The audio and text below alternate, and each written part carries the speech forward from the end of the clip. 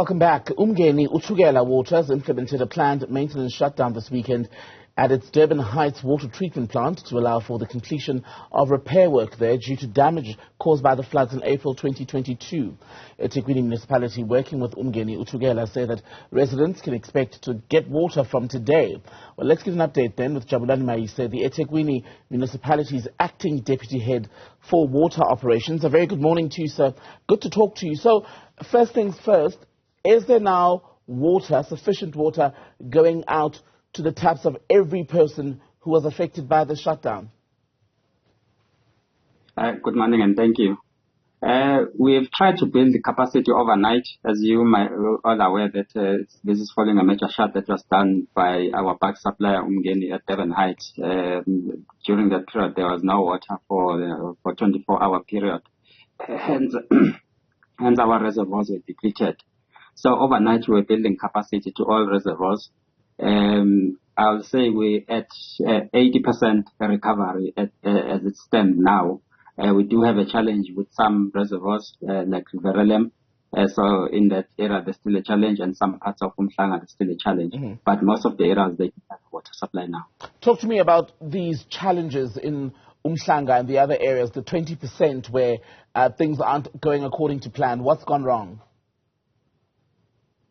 Correct. You may recall that when the system is empty, we've got quite a number of reservoirs that we had to fill overnight. So you need the system to pressurize. Unfortunately, when all reservoirs are open, it's not easy to achieve that in an instant. So we anticipate that by this evening, we will have recovered most all the areas. And as I understand this, it's a lingering problem from the damage caused to infrastructure by the floods, the Easter floods, right, in 2022. Why is it that more than a year later we're still seeing the lingering impact from that disaster? You may recall that most of the infrastructure was not repaired immediately. Our power supplier Umgeni had to go through procurement processes and address issues on their aqueducts as well. So we're using other alternative feeds. So that infrastructure obviously needed to be repaired. So that was the time when we started repairing. There's 4 aqueducts that were being repaired. So I think they're left with only one now that they're currently repairing, which is the biggest aqueduct. And what impact is that having on the people in the communities? Obviously, when you're doing your plant maintenance, you have to isolate your pipeline, which is a major pipeline. During that process, obviously, you've got restricted flows coming to the plant and ultimately on the treated water supply. So that's why that's our current challenge, that you cannot do maintenance when the system is live. You have to isolate. And you did say that there's still one dimension, one issue that is yet to be resolved. When will that be fixed? And how long will people have to wait, basically, until they can say problems resulting or linked to the floods of 2022 have been, in fact, dealt with altogether by the water services? Okay. What we got on the communication with our power supply is that they still got one major shut to do after this one. So we anticipate that will be done early next year because we are in the festive season now. We don't want to cause panic amongst the tourists as well as the residents.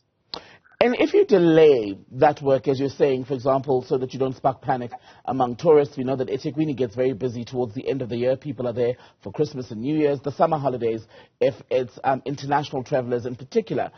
What impact does it have on the infrastructure itself when you delay the work? Because, for example, in areas like Gauteng, people say when there are delays, that also results in some damage. That's correct. You have to do a balancing act. You cannot keep on delaying the repairs on infrastructure. At some point, you have to do it. Otherwise, you're gonna cause further damage, and they'll be having forced shutdowns. So we're also having that in mind when we postpone these kind of shutdowns. So if you're postponing then for the December rush, so you don't alarm tourists, is there a high risk that that delay may in fact do harm to the system? At the stage, we do have some alternative means to circumvent that. We've got different aqueducts that we can use to switch over to.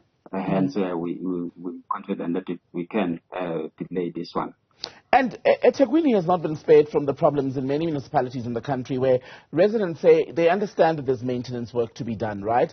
But when they, for example, report leaks, that's not fixed in adequate time. They say that they're sometimes kept waiting in instances where water supply has been disrupted or cut off altogether without anyone communicating. So basically, what they are saying is that the Metro is handling the matter in a very poor way, and they want to see change. I mean, in KZN, we've also seen a resident association, several perhaps, who've now in fact resorted to withdrawing or withholding their payments for services until they're happy with the way in which things are done.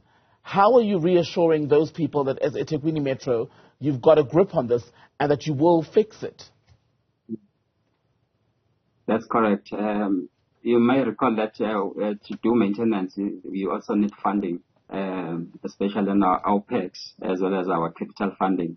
So on the capital funding, that's when you're replacing age infrastructure, as well as on the ad hoc basis. Now that's when you react on leaks and bursts. So our performance has slightly improved in terms of bursts as well as leaks since we've got increase in our funding. So we are able to address those issues timelessly, I can say. Thank you very much for that. eThekwini Municipality Acting Deputy Head of Water Operations, Jabulani Mayise.